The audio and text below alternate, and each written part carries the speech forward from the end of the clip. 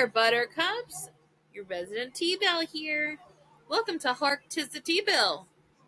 Let's dive in for that tea today, huh? The man we know as St. Patrick was born around 385 AD in Roman Britain, which is modern day England, Wales, or Scotland. So he wasn't even Irish, y'all.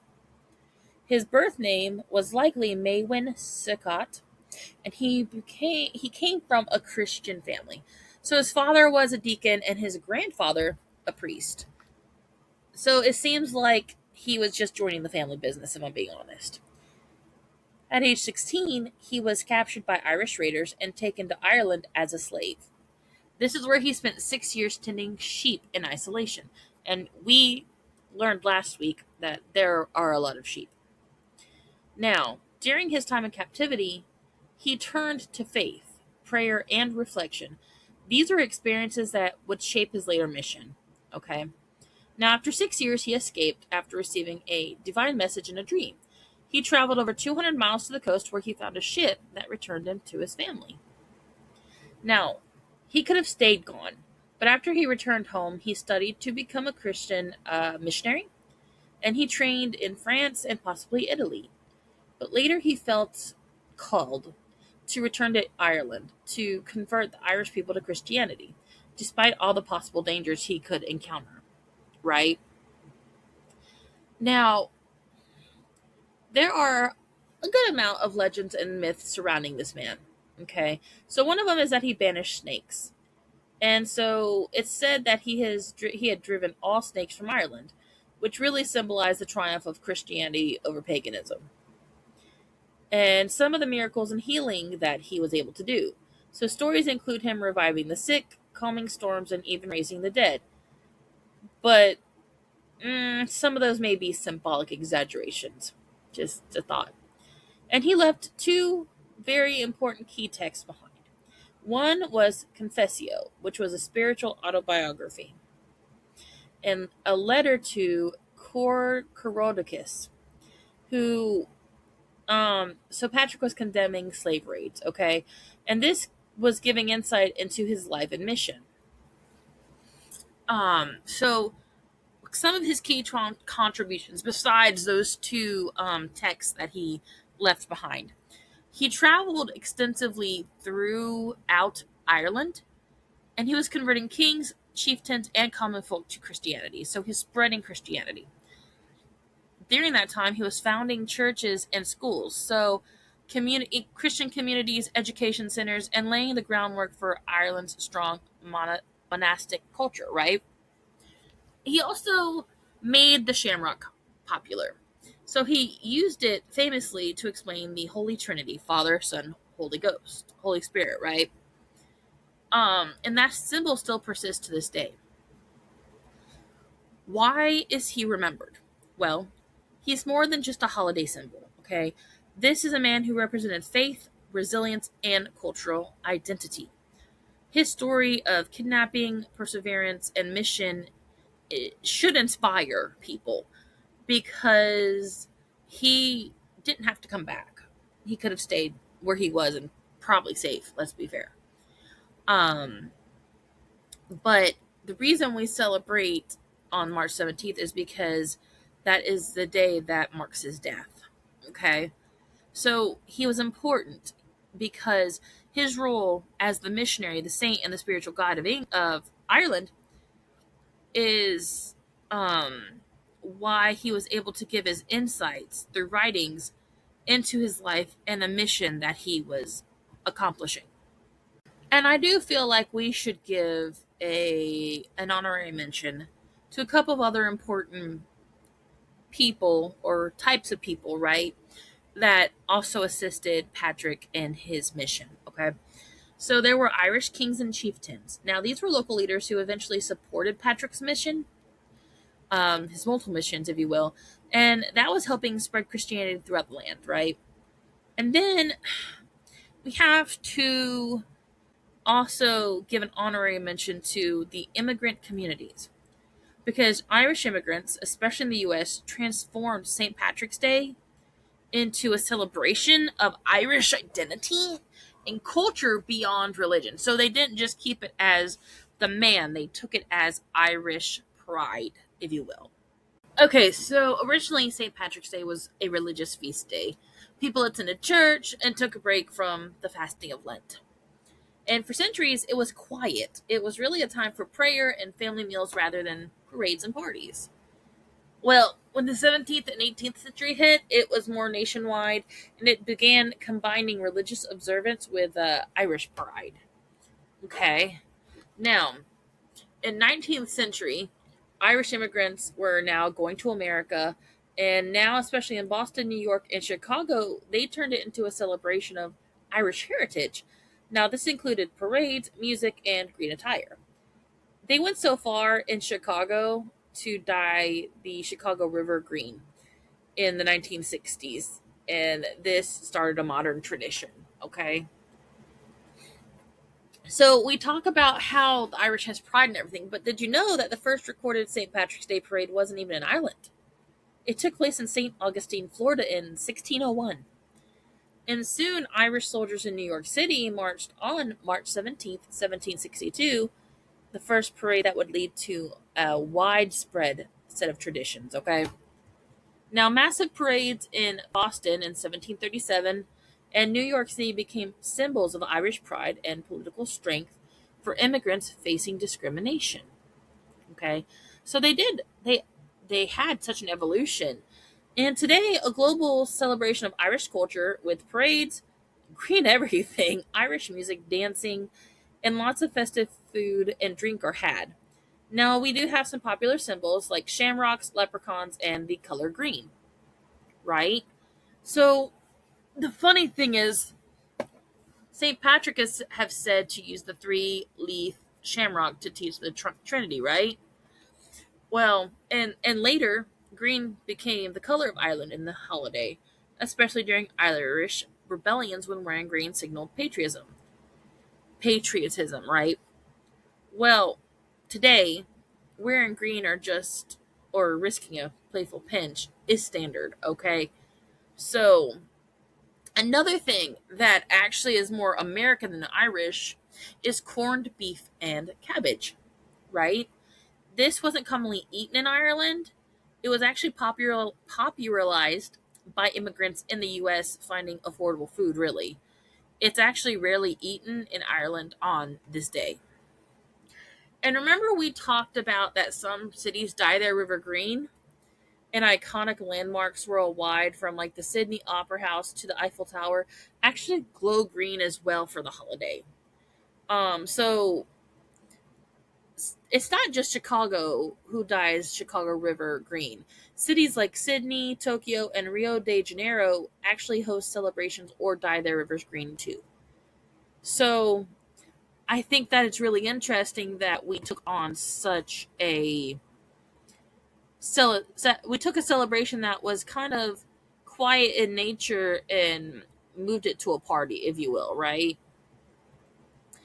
And that's something I love, because if you've ever noticed, that's what we do. We take something and over the years we make it into something truly celebratory. Okay, so I have a penchant for fun facts, and this is what our next section is, okay? So you may have heard of these, you may have not. And if you have any that you think nobody has heard of, please let me know. I'd love to include it maybe next year for St. Patrick's Day. But let's get into it. Ireland once had a goat king ceremony, okay? So there were parts of rural Ireland where communities crowned a wild goat as king during festivals, which were linked to Celtic seasonal celebrations that later blended into St. Patrick festivities, right? Which is kind of cool, and a rabbit hole all on its own that I may go down, because holy moly, I can't help myself. And we talk about shamrocks a lot for the Irish and for St. Patrick's Day especially. Well, honestly, before modern pins and shirts, Irish people traditionally place fresh shamrocks in their hats or coats to celebrate the holiday. And this was a custom they actually called the wearing of the green. Now we wear green so we don't get pinched. Guinness, We talked about Guinness, how it was just very popular, not in Ireland, but everywhere else pretty much. And so Guinness sells around 13 million pints worldwide on St. Patrick's Day every year. Okay. That's more than double the average daily amount, which doesn't surprise me. Sacred fires. All right. We know that St. Patrick was actually a rebel, a missionary. He was doing what he needed to do, right? Well, one of his boldest acts was actually lighting a holy fire on the Hill of Slain to celebrate Easter. Now, why is this a rebellion act, like a rebel act? Well, because it defied the High King of Ireland, who had forbidden fires before a royal ritual. Like I said, he was a rebel. Now, we see leprechauns, and like Lucky Charms. We see so many forms of them, right? We see the good, the bad, but early Irish folklore actually describes them as dangerous tricksters who hoarded treasure and cursed greedy humans. Okay, now this modern cheerful image that we have now, it came much later. Okay, so the snake legend. We hear that St. Patrick actually ran the snakes out of Ireland. Well, it's more of a symbolic running out because those may symbolize druids, okay? Because remember, he was spreading Christianity, and during that time, that meant the decline of Celtic druidism, you know what I'm saying, rather than reptiles, the actual thing. Now, we talked about how Patrick wrote two works, right? But one of them actually is one of the earliest surviving works of Irish literature, and that is Confessio, which is a spiritual autobiography. In it, he describes visions, missions, and struggles as a missionary, which I'm sure there were a lot. Can you imagine? All right. So four-leaf clovers are different from shamrocks. Now we see shamrocks; they're very popular, and it has 3 leaves. Now, a four-leaf clover is actually a rare mutation, and it's so rare that you really have a 1 in 5,000 chance of finding one. So that's why they're lucky. All right. So we learned that the bigger celebrations didn't really start in Ireland, did they?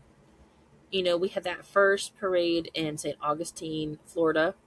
And then the one that led to everything was in New York, right? Well, the world's largest parade is in New York. And there's over 150,000 participants marching annually, which I'm sure will grow as time goes on. But can you imagine? That's insane to me.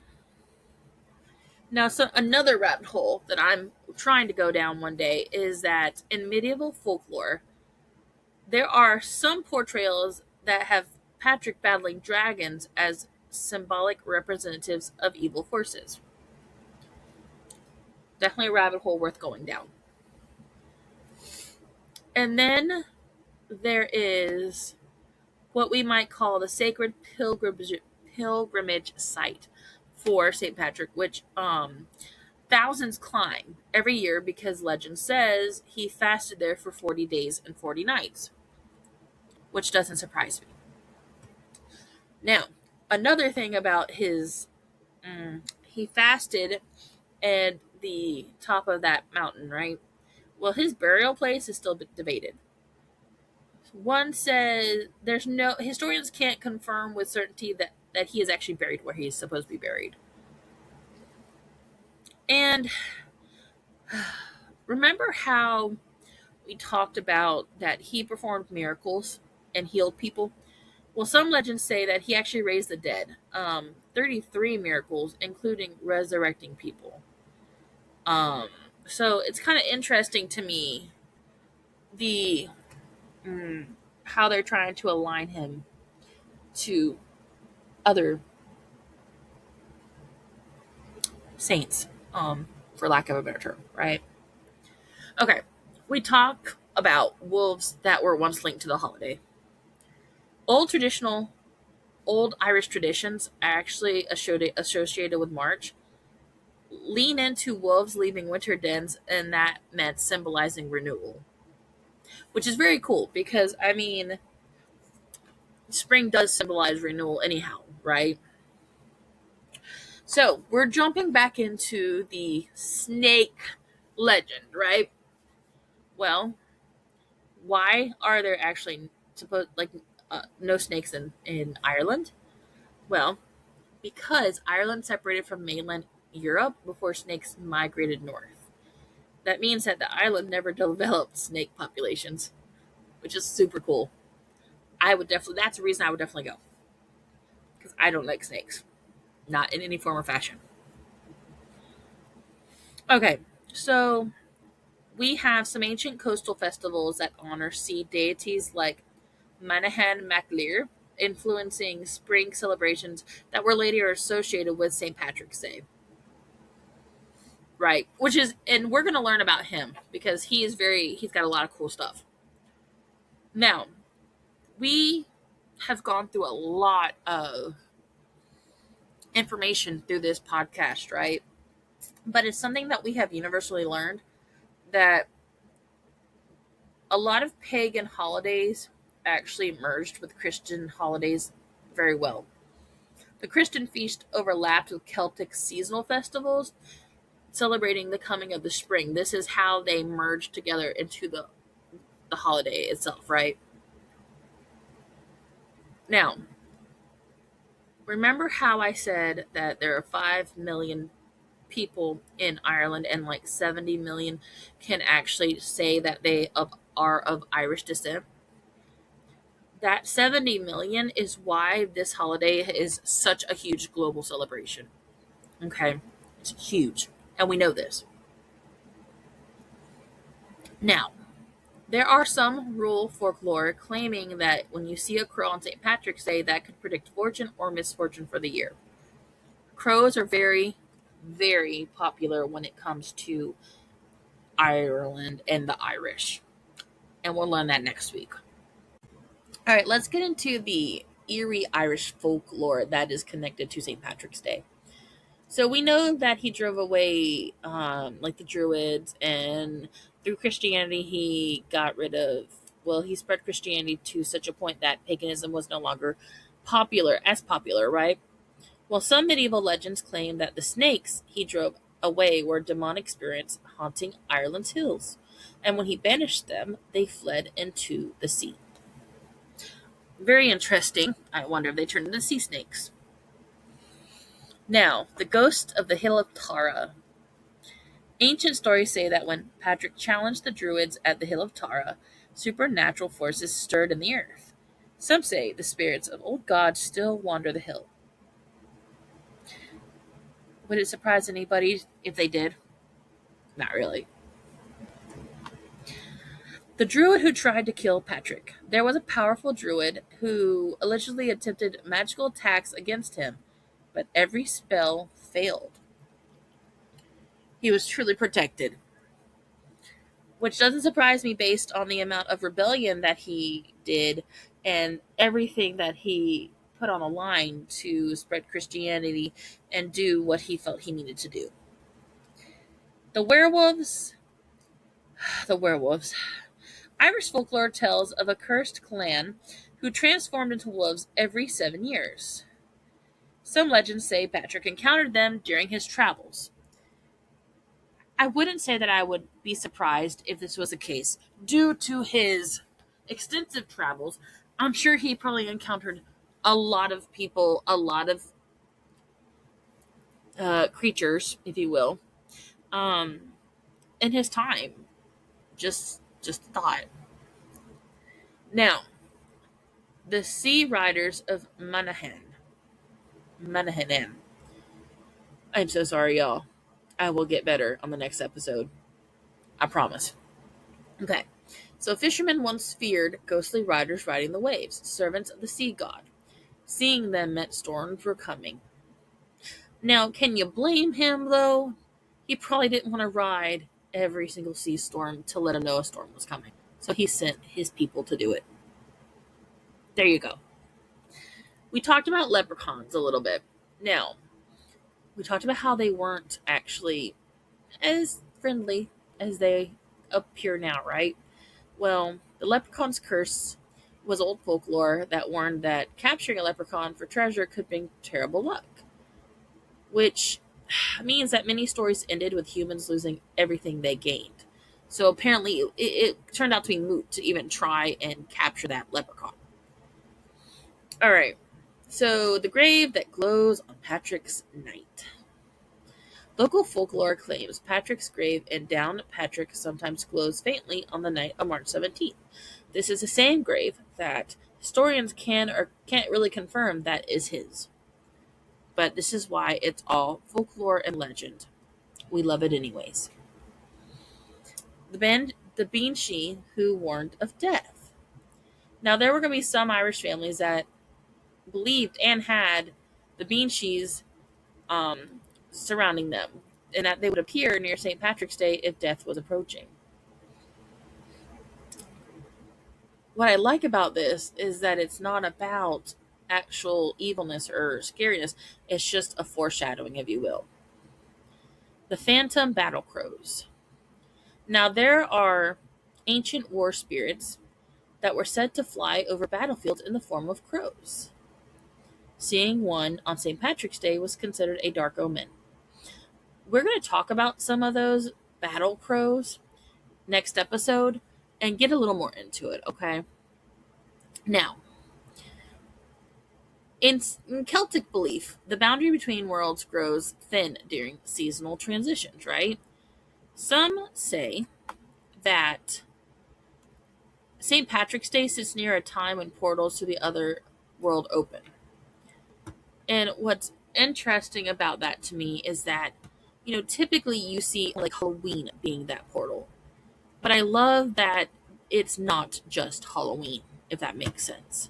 To me, it feels like it's more true of its nature that portals don't have a linear timeline like we have now.